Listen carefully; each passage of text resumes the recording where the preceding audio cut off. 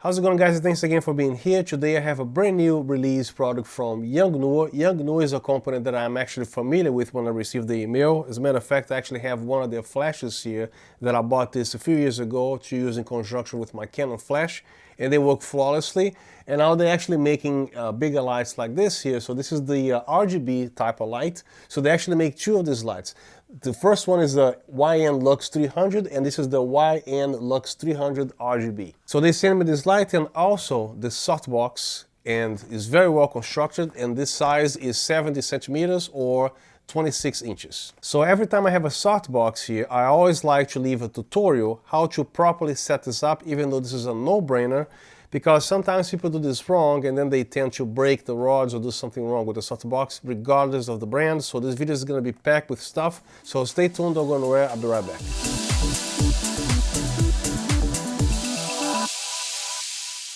So before we start anything here, here's a full disclaimer. This video is fully sponsored by YONGNUO, and I have an LLC company to run. This is actually my business, and I've been actually busier than before, so my time on YouTube is limited. So I have to tell you that I actually charge a fee now for everything that I review on this channel because my time is limited here, plus the setup and everything else. So this is the way I'm running my channel now. With that said, that does not change anything. So my agreement with the company is I write a contract to them saying that I can say whatever I want, just like in a regular review. Every video that I've ever done here in the past, now in the future, will be the same exact thing. If I don't like something about this light, I'll let you know. If there's a problem with the product, I will also let you know. They don't get to see the preview of the video. I just upload the video the same time you guys are watching, and that's it.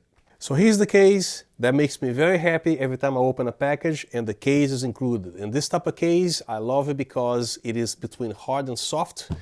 I don't like Pelican cases. They are extremely heavy and I don't need all that protection here. And they also damage my car seats sometimes. So this type of case is awesome. So here are the contents inside.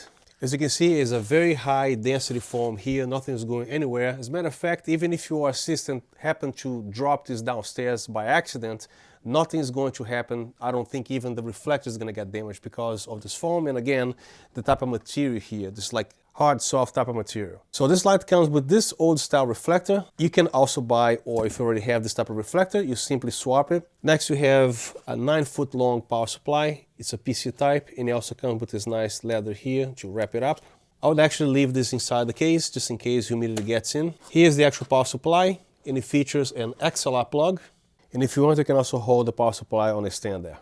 And here's the light itself. I actually recommend they actually leave the yoke loose because it's easier to put it back here. It even has a lock on the side of the case, but I think this is just for decoration purposes because inside the case, I don't see how this is gonna lock. As you can see, it looks like this here. Just these two screws holding and nothing else. There's nothing to latch. But on the zipper itself, as you can see, you can actually put a padlock here if you want to. They also sent me this soft box, and of course it comes with the case, which is nice. The zipper also opens on the side. And here's the actual soft box, and it comes with this protective thing here. Make sure to remove that, and also make sure you remove this here. The construction of the soft box, this is all metal, including this and this here. The rods are also metal, and the only plastic they're gonna find are these things here.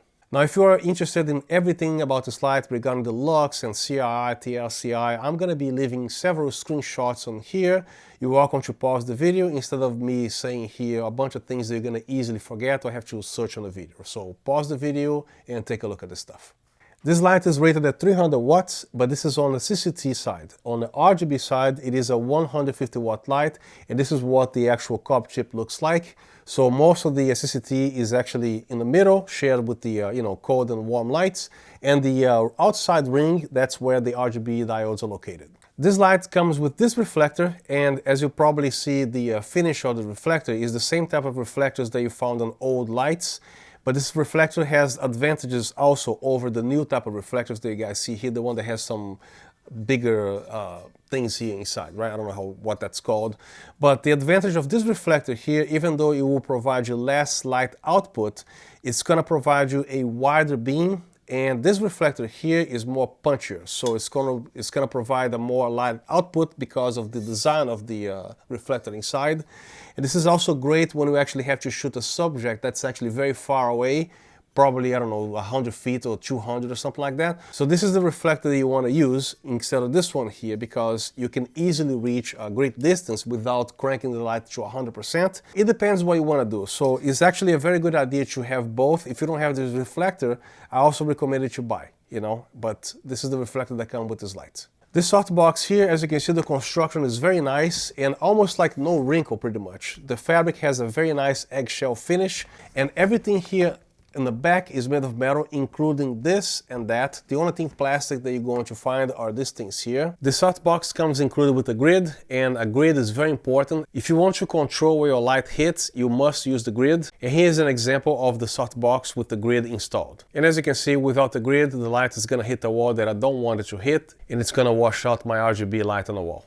The one thing that I don't like about this grid is that, as you can see, there's a break point here. So every time you remove the grid, this might come off. You have to reattach the Velcro. And if you're new at this, never remove the grid by doing this here. Always remove using the edges where the Velcro is.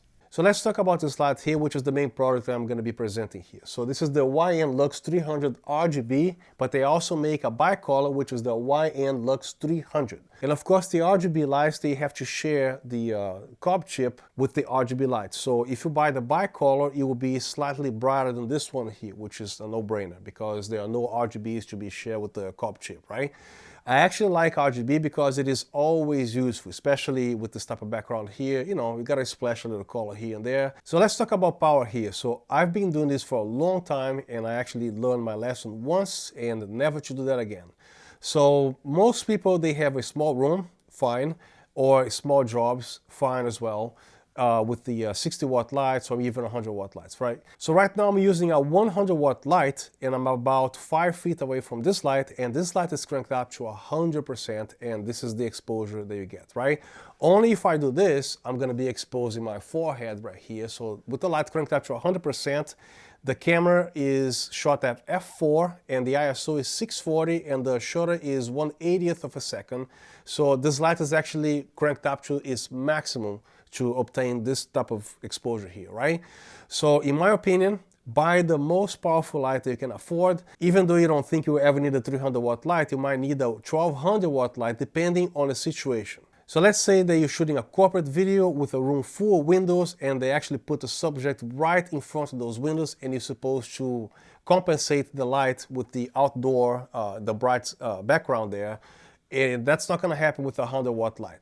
And especially when you put a softbox in here, you're losing at least 50 or 60% of the light intensity because the light has to go through all those diffusion fabrics and all. So a 300 watt light with a softbox is going to act like a 180 watt light. Only if you have the bare bulb, this is going to be a 300 watt output. I have a bunch of 600 watt lights and even 1200 watt lights. When I have a normal corporate video, I always make sure I even take a 600 watt light in the truck just in case, because imagine you are 200 miles away from your location, filming something, and what are you gonna do, right? So always buy the most powerful light that you can afford. So this type of lights is just like every other light. For example, the part that mounts on the stand here is just like a normal little plastic thing here with a metal screw, right? The yoke is typically the same, and everything here, by the way, is made of metal. The yoke is made of metal. The mounting here is 100% made of metal. The light from here to here is also made of metal, top, bottom, except the front here and the back.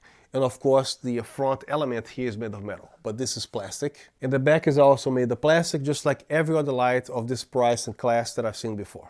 I also love the fact that this does not have a ballast. It does come with the big power supply here, but it has a little loop included that you can actually hook it up on a light here. So just in case you don't feel like setting up a softbox, this light features umbrella mount. One is located right here at the bottom, and another way to put the umbrella, which is right here, you slide the umbrella in here, and there you go.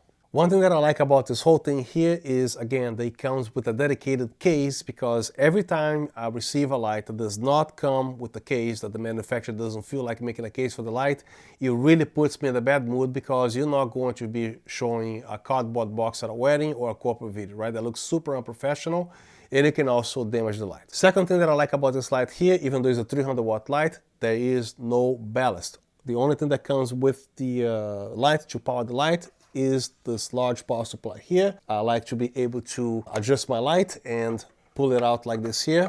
So if this is in the way, it can easily be adjusted. And this is also made of 100% metal. The yoke, however, even though it is made of aluminum, I found it to be a little bit too thin to my taste. So if you want to hook up a Fresnel modifier or a very big softbox, 90 centimeter or 120 centimeter or a 4-footer softbox, right? So the yoke, I tried this before. The yoke is going to be on a stress here, so I'm not sure if I can actually recommend a softbox that big for this light with this yoke here. So in my opinion, they should have made the yoke a little bit thicker. So if you use a softbox here of about 30 inches or 35, which is a large softbox, no problem. And I don't know what the deal is with the parabolic softbox, because the parabolic softbox, I mean, they're all like that, okay? There are very few softboxes, they are not parabolic. So as soon as you put a diffusion right here, you are actually canceling completely the effect of the parabola. So I have these softboxes here, which they are actually this shallow instead of like super deep, and the weight is a lot less. So I can actually put a very big softbox here, shallow, that doesn't cause any stress on any light. Now the copy of this light that I have is not the retail version, so the one that I received here is the prototype version. So the one thing that I didn't like about this bonus mount here is that it's set up on reverse, or I don't like the mechanism in here. As you can see, it gets stuck in here. Again, this is the prototype version. They told me this is not what you're going to have here as far as the email that they sent me here. So you have the prototype light, so we actually changed the design here. So what happens with my prototype copy, when you put actually this softbox here that they sent, for example, if you try to rotate the softbox is gonna fall out of here. So this is what I'm experiencing with the prototype light. And the retail version, that should not be a problem according to what they told me. When you are on RGB mode, the fan is gonna spin just a little bit, even if you crank it up to 100%. At least on this room here, the temperature here is about 65 degrees. It's not really the warmest room here. But I can think the fan is never gonna bother you at all. Now on CCT mode, that's going to be on the 300 watt side of the light here. So the fan will not be a problem if you actually use the light to, 20%, 40%, 60%. The fan is going to spin, but it's not going to be a problem at all because the fan is actually very quiet. That's another thing that actually made me very happy to know that the fan is super quiet. Of course, when you crank it up to 100%, the fan is going to spin faster, but it's not going to affect your recording. This is a very quiet room here. Right now I have the light set to 100% and the fan is still not doing anything. My microphone is right here. You just like it, very little. The fan is spinning, but probably, I don't know, 200 RPM or something like that. So this is actually what the fan is doing.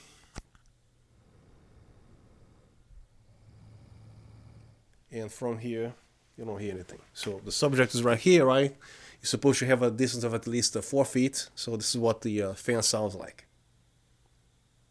It's just a very tiny little bit of fan noise, which is great. And this is a 300 watt light. I have the light set to 100%, waiting for it to warm up to the maximum. And then I'm gonna come back here and let you guys know how quiet the fan is, even though it is set to 100%. Just a second. Okay, I'm back. So the light has been on for about 25 minutes. I think that's enough, right, to test this. So this is the loudest noise you're gonna hear from this fan, which is very gentle. And this is a 300 watt light. Take a listen. My microphone is right here. So when you put a softbox here, it's gonna isolate noise even more. So the light is right here. So you're gonna be having a distance of at least, 4 feet, right? And this is an omnidirectional microphone because it picks up 360 degrees, right? When you actually have a shotgun mic, then you're not going to even hear this fan. So from this distance, this is what it sounds like. And here.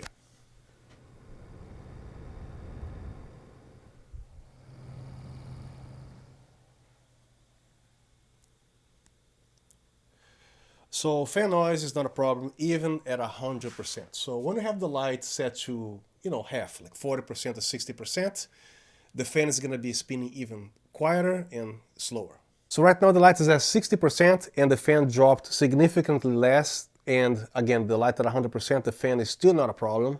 And this is what you hear. Sometimes it stops, sometimes it picks up. So this is the noise right now. So far so good. The light is primarily made of aluminum, no fan noise problem. and no ballast, and also comes with the case. Great. There are 3 ways to operate this light. Of course, you go in the back here and operate with the buttons or via the app, which the website, by the way, or the QR code is all in Chinese. So to save you some headache, here's what the application looks like. This is a screenshot and what the icon looks like. So you go to the App Store or the Google Store, or whatever that thing. I'm an iPhone guy, so but you know what I'm saying. So here's the screenshot of the thing, so you can actually identify and download. The other option is via remote control. They did not send that to me, but you can also remote control this light with the dedicated remote control. So in the menu, you can actually leave everything activated, so the remote control does not interfere with the use of the app. This light has a ridiculous color temperature range, which can range from 2000 Kelvin all the way up to, guess what? 8,000? No, it's higher. 10,000 Kelvin.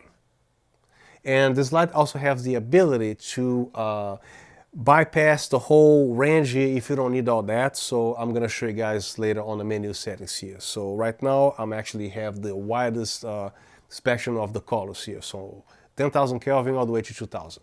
Next one will be the CCT expansion, what I explained before. So to disable, you press this button and it's disabled. So let me get off the menu here. Now the color temperature will be only down to, I forgot, let me see here, 2700 Kelvin, and the maximum will be 6500 Kelvin. Right now I'm going to show you guys how to connect this light with the app. The first thing that I found when I unboxed this light, I did not change any settings here with the menu. Somehow this thing finds the light without any channel set up, and it doesn't take a long time to kind of find the lights, because some other lights that I have here, the app might take up to 10-12 seconds to find the app, right? So this thing here just connects and it is a breeze. So this is what it looks like here. So the front panel, you have the CCT, which of course you can actually adjust from 0.1% all the way very quickly to 100% here. Or if you want to fine tune, you can just click on this arrow here next to the 100 here, for example, as you can see. This light can range from 10,000 Kelvin all the way down to 2000 degrees Kelvin. However, there are a few things to keep in mind with this light and any other light that I've seen here before. So the accuracy, I would recommend to be accurate when you are about 20% and higher. Some other lights, they begin at 10%, 15%, but it's never accurate unless you're paying a lot of money for the light, right? By the thousands at 1%. But just so you know, any light or most lights, especially this price range here, can be a Godox, can be a GVM, can be this one NAND light, I don't care. 20%, this is what I recommend for the most accuracy of the light. So when you are at 2000 Kelvin here, for example, is going to activate the RGBs to simulate the 2000 Kelvin.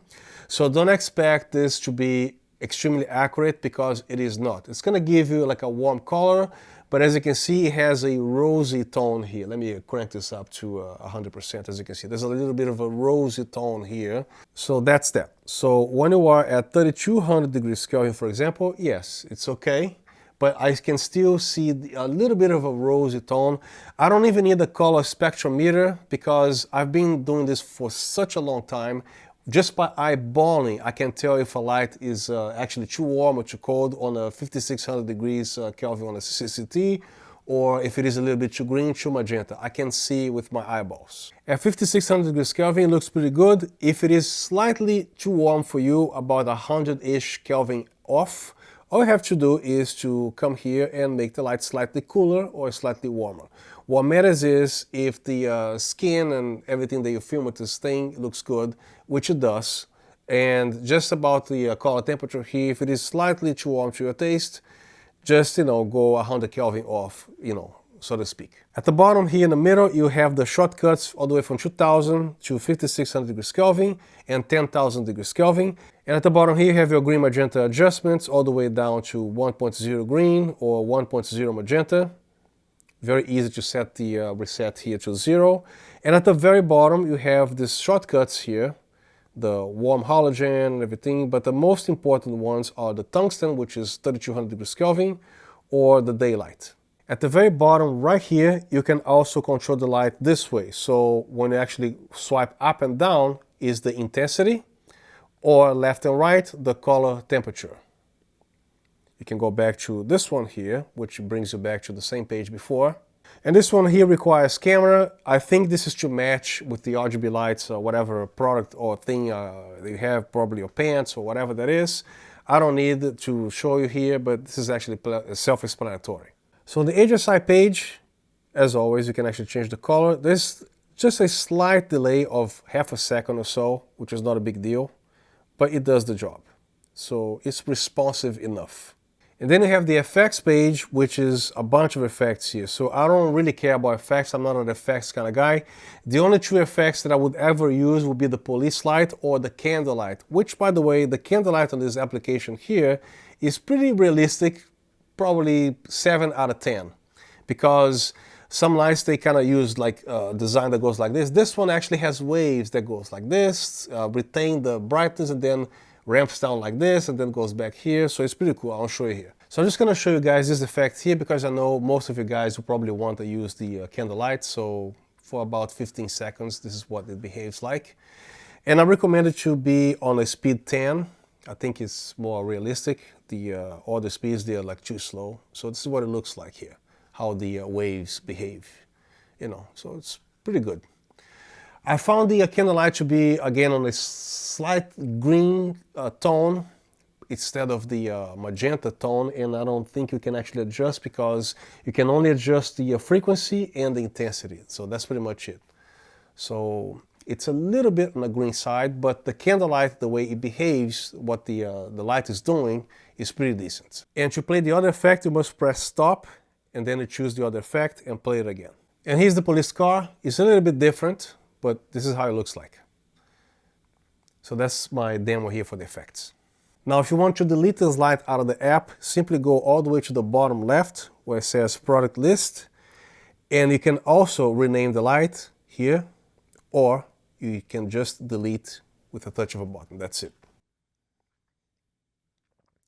Now, as you can see, the light automatically pops in here, which is great. You don't need to look for the light. The thing automatically pops up in here, and then it's that fast to connect.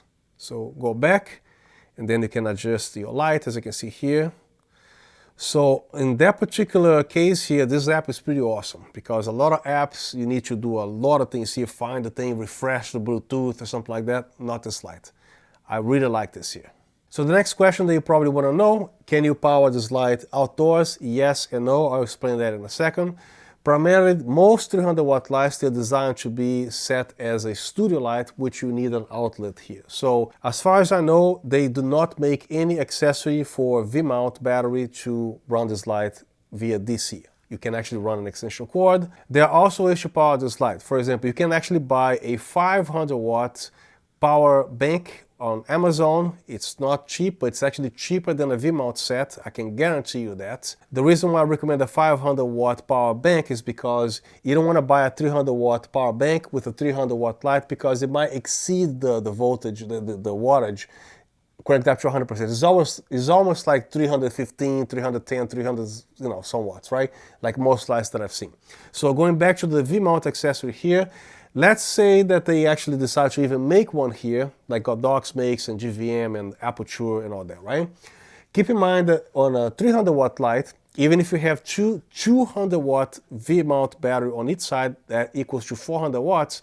When you crank this up to 100%, you can run this light no longer than an hour and 15, an hour 20 minutes, or maybe an hour and a half if you're lucky. So again, to run this light via DC with the V-mount batteries is very expensive, especially if you don't have any of these accessories, because it depends what you want to do, right? Now, if you are interested in purchasing an AC power bank for this light, so you can actually run this thing outdoors, keep in mind there are two formats, one that you don't want, which is modified squared wave. So the square wave is like this here. That's intended for inflated mattresses and things that don't have an actual circuit board here, such as your iPhone, a Blu-ray player, a home theater projector, synthesizers, this light here, right? So the one that you want to buy, make sure it says on the description there that this power bank is pure sine wave, which is equivalent to the same thing as you have on a home outlet or a building, right? It's about 3% total harmonic distortion, and also is as clean as an outlet without nothing plugged into the circuit there. So an outlet with no load, right? So again, buy the pure sine wave, and you'll be good.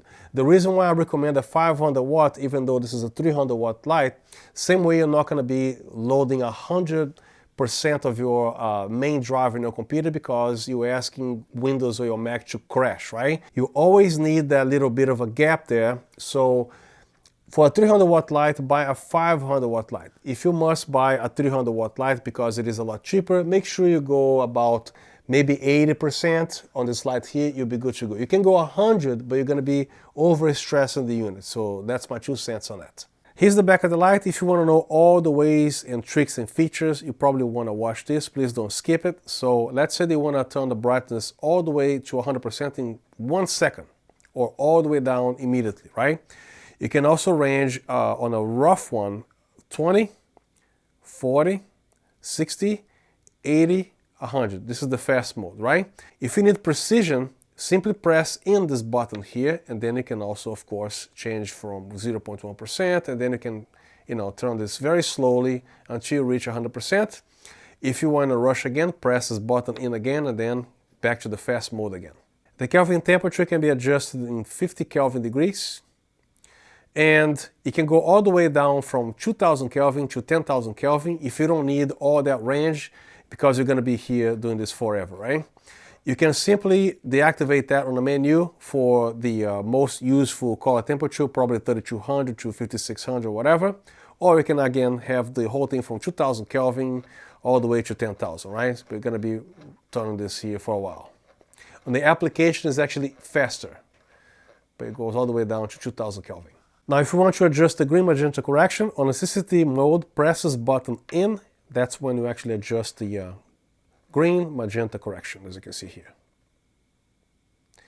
Press the button in again, then it goes back to adjusting the color temperature. And these buttons here, they're not cheap at all. They actually feel very good, especially when you actually dial the little teeth inside, the click, click, click, click, as you adjust the light here, they feel premium. So it's not cheap at all. Same thing with this knob here. Very smooth, very nice, and they don't play at all. These 2 buttons here, they're not made of rubber, they're made of plastic, but they're not clicky, so as I'm pressing this button here, it's not noisy. So on the mode button, you have the CCT, the HSI, and the effects, and back to CCT. When you press the menu here, to make anything change values, you must press the CCT button in, and then as you can see, there's an arrow here. So the channel goes all the way from 1 to 255. I'm gonna leave it set to channel 1. And to choose anything else here, make sure you press this button again to deactivate that selection. Then you have your group, your Bluetooth. The Bluetooth, you turn it off. I don't know why you would turn it off, but you press this button here, click OK. And then to turn it back on, press this button again. The remote, you also don't need to turn it off. Even if you don't have a remote, it's fine, but if you want to turn it off, same exact thing. I'm gonna hit cancel. Next one will be the CCT expansion, what I explained before. So to disable, you press this button and it's disabled. So let me get off the menu here. Now the color temperature will be only down to 2700 Kelvin, and the maximum will be 6500 Kelvin. So when I go back to the menu, CCT expansion on, hit OK, and then you have the 2000 Kelvin range to 10,000 Kelvin range. Then I have something called correction here. So after turning on this function, the color temperature will be more accurate. The color temperature will be wider when turned off this function. Please confirm if it is turned on. I guess okay, so it's turned on. So I guess this renders the light more accurate. Then you have the curve here, which is the logarithm and the linear or whatever. I like mine set to linear, so I'm gonna leave the way it is. Now with the YNC mode, I found it in the manual, but it doesn't explain much. Actually, here it explains better. I have no idea what that is. I'll show you what it is later. So it says here, with YONGNUO app complex stage lighting, arrangements can be achieved easily. Please confirm if it is turned on. So let's confirm. Okay. Exit the menu, this thing appears here. This has nothing to do with Bluetooth or using the app or whatever. It's for like stage lighting or whatever that is. So I'm gonna go back to the menu and disable that. And then when you go back to the thing here, you can control the light normal. And the last thing on the menu here will be the language, which is English or Chinese, and then the version. That's pretty much it for the menu, and that's pretty much it for the back panel. To power off the light and to remember the settings, for example, let's say the left is at 6000 Kelvin at 0.2%, you gotta wait 10 seconds before you power off the lights. So you power off the lights, and then when you power back on, same exact thing, 6000 Kelvin, 0.2%. If you want to power this light via DC, there are third-party vendors that sell this stuff on Amazon and everything. Make sure the input does not exceed 36 volts. I have one here that can actually run a Godox light here. That thing is 48 volts. If you use that for this one here, you will damage the light, of course, because it is a higher voltage. You don't want to do that. So you must find one that respects this voltage here. So it's up to you, it's your risk. Will work? Yes, but don't exceed 36 volts. Now, if you want to see what the light looks like, I have it set up right here, and here's the light. And the softbox that came for review here. So the camera that I'm using is the Canon R3 with the 24-105, which is a f4 lens, and the ISO is set to 640, and the shutter is set to 1/80th of a second.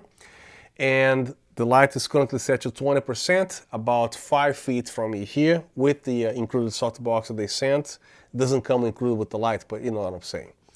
But 5600 degrees Kelvin, 20%, and the green magenta correction is at the neutral position. I wish this setting was a little bit more, less aggressive, So by changing to just 0.1, it gets a little bit too magenta, so the control here, they need to update this here. It's easy, as long as they feel like doing it, right?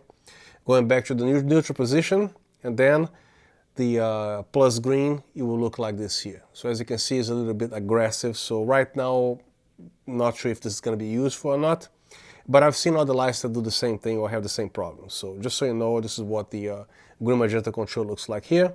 Actually, I just found on the app here regarding the YNC thing, which I still don't know what it means because it's not in the manual. I guess not, but this is what it looks like here. This is what it means. You can do following lights up, following lights off, field in turn, and then forward, reverse, all this stuff here. So I don't know what that is, but this is what it looks like. So here's the light at 3200 degrees Kelvin, and if it is a little green to you here, you just simply touch this button here, so to make it more magenta. So this is what it looks like.